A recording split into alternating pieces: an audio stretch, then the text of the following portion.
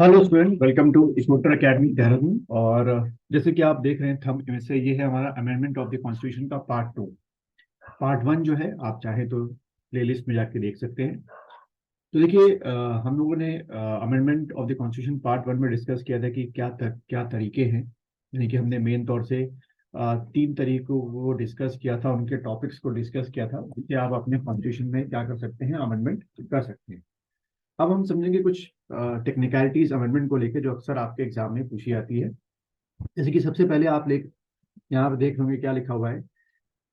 The Indian constitution is neither flexible nor rigid but a synthesis of both. अब इस line का particular what is the meaning of this line और कैसे कैसे इस line से आपके एग्जाम में क्वेश्चन आ सकते हैं, हम पहले वो समझते हैं।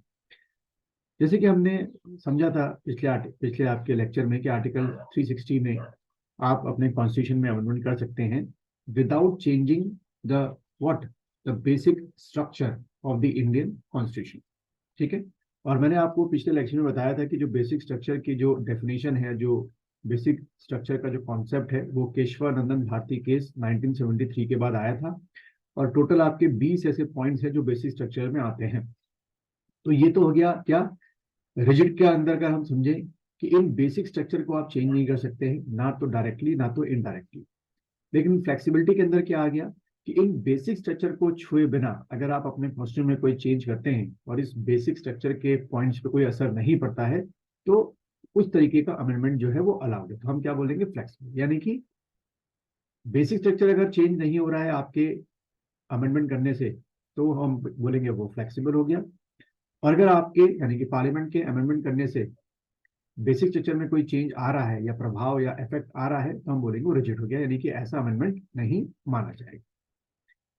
फिर ये वाला पॉइंट मैंने बता ही दिया आप लोग को कि आर्टिकल 368 में और पार्ट 20 में आपका क्या आता है, parliament to amend the constitution of the procedure. फिर उसके अगर आप देखें आगे, an amendment of the constitution can be initiated only by the introduction of bill. ठीक है, only by the introduction of bill for the purpose in either house of the parliament and not in the state legislature.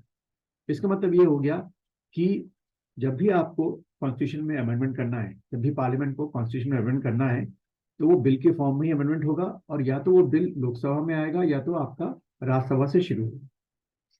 Amendment of the constitution का जो state legislature होते हैं, यानी कि जैसे कि आपका स्टेट असेंबली हो गया, स्टेट काउंसिल हो गया, उनसे कोई भी रिलेशन नहीं होता, ना ही उनसे कोई मतलब होता है।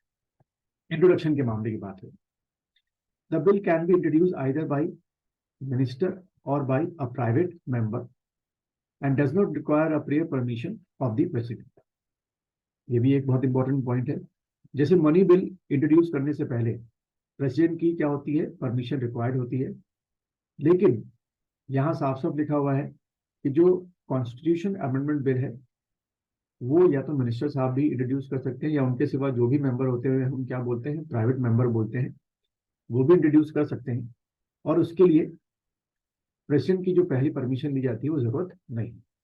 अब यहीं से आपको स्टेटमेंट वाले क्वेश्चन भी दिया जो है एग्जामिनर दे देते हैं कई बार।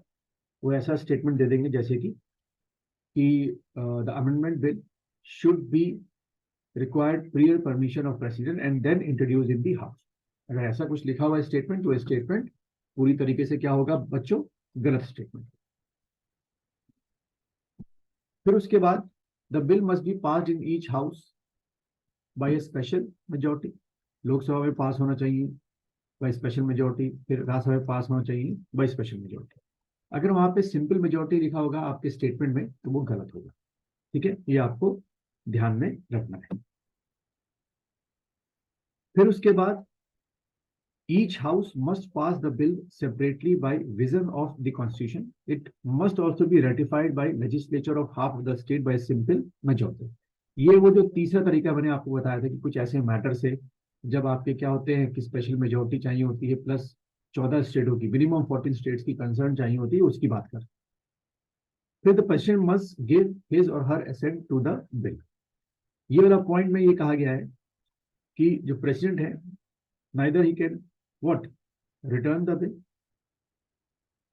और ये neither can he with hold the bill, यानी कि पॉकेट विदो का भी इस्तेमाल नहीं कर सकते हैं, उनको जब भी अमेंडमेंट बिल दोनों हाउसेस से पास होने के पास प्रेसिडेंट के पास साइन होने के लिए पहुंचेगा, तो उनको सिर्फ उस पर साइन करना है।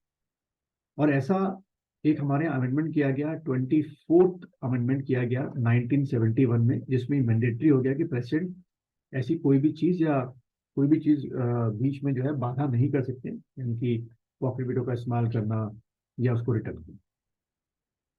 और जब एक बार प्रेसिडेंट इस पे साइन कर देते हैं तो हमारे कॉन्स्टिट्यूशन में अमेंडमेंट हो जाता है।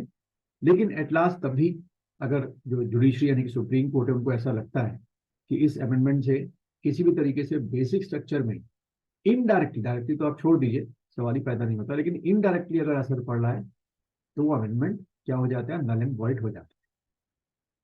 जैसे कि एक पार्लियामेंट ने एक अमेंडमेंट इंट्रोड्यूस किया था जिसमें नेशनल जुडिशियल कमीशन बनाया गया था, अपॉइंटमेंट, उसको कुछ ही दिनों बाद हमारी सुप्रीम कोर्ट ने नल एंड वॉइड कर दिया, क्योंकि वो सीधा सीधा जो बेसिक स्ट्रक्चर था उसमें दखल देता।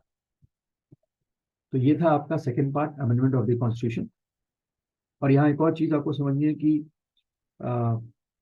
अमेंडमेंट के लिए कभी ज्वाइंट सिटिंग भी नहीं बुलाई जाती है। ठीक है, अगर एग्जाम में आ जाए कि क्या अमेंडमेंट के लिए ज्वाइंट सिटिंग बुलाई जाती है, तो टिक करना भाई, नहीं बुलाई जाती। तो उम्मीद है आपको ये लेक्चर समझ में आया होगा। अगले कुछ और टॉपिक्स में हम जो आपके